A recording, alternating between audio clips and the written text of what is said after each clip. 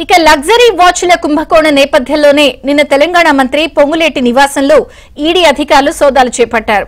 Tax చెల్లించకుండా వాచ్లు తెప్పించిన వ్యవహారంలో గతంలో పొంగులేటి కుమారుడు హర్షారెడ్డికి కస్టమ్స్ నోటీసులు ఇచ్చింది.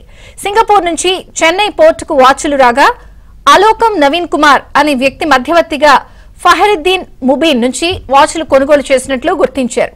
విచారణలో అలోకం నవీన్ కుమార్ 100 కోట్ల రూపాయలు స్మగ్లింగ్ చేసినట్లు తేల్చారు. ఈ వ్యవహారంపై మరో కేసు నమోదు చేసి దర్యాప్తు చేస్తున్న ఈడీ మనీ లాండరింగ్ చట్టం కింద కూడా కేసు నమోదు చేసింది.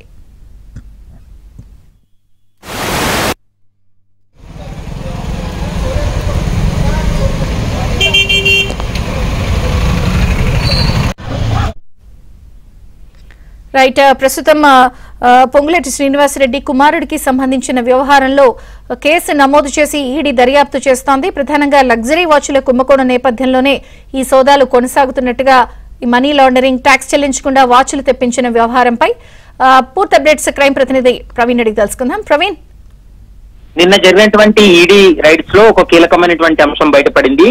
లగ్జరీ వాచ్ల కుంభకోణంలోనే పొంగులేటి నివాసంలో సోదాలు కూడా కొనసాగించింది. అయితే సుంకం చెల్లించకుండా వాచ్లను తెప్పించడం వ్యవహారంలోనే పొంగులేటి కుమారుడు హర్షారెడ్డికి గతంలో కస్టమ్స్ డ్యూటీ అధికారులు కూడా నోటీసులు జారీ చేశారు.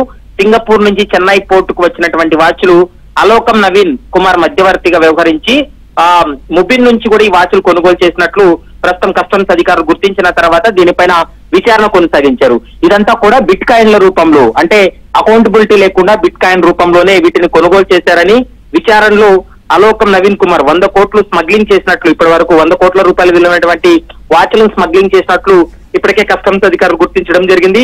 ఈ వ్యవహారంలో అతనిపై కూడా నోటీసులు జారీ చేసి విచారణ జరిపారు. ఈ వ్యవహారంపై మరో కేసు నమోదు చేసినటువంటి ఈడీ అధికారులు నిన్న ఏకకాలంలో దాదాపు హైదరాబాద్ లోని 4 ప్రదేశాల్లో సోదాలు చేసినటువంటి సందర్భాన్ని కూడా మనం చూసాం. ఇందులో మనీ లాండరింగ్ చట్టం కింద కేసు నమోదు చేయడం జరిగింది.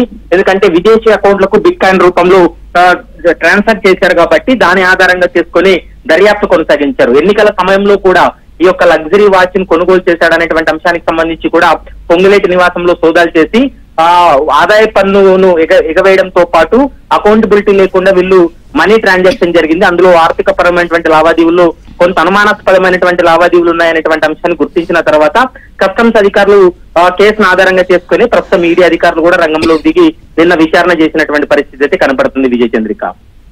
Thank you Praveen.